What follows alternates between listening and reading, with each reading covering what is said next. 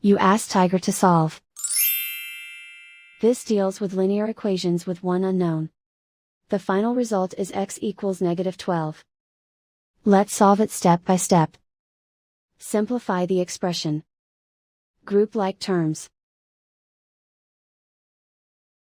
Simplify the arithmetic. Group all constants on the right side of the equation. Add 8 to both sides.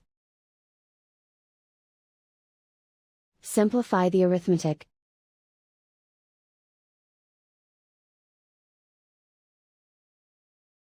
Isolate the a. Multiply both sides by inverse fraction 3 over -2.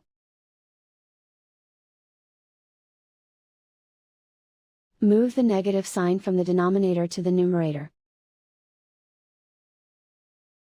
Group like terms. Multiply the coefficients. Simplify the arithmetic.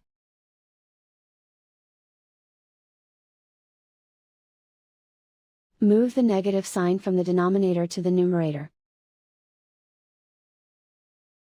Multiply the fractions. Simplify the arithmetic. And so the final result is x equals -12.